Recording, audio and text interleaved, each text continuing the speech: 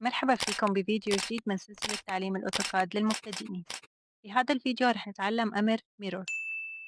رح نتعرف بالتفصيل موقع الأمر، اختصار الأمر، طريقة استخدامه خطوة بخطوة زائد تطبيق عملي. تابعوا معنا الفيديو للآخر.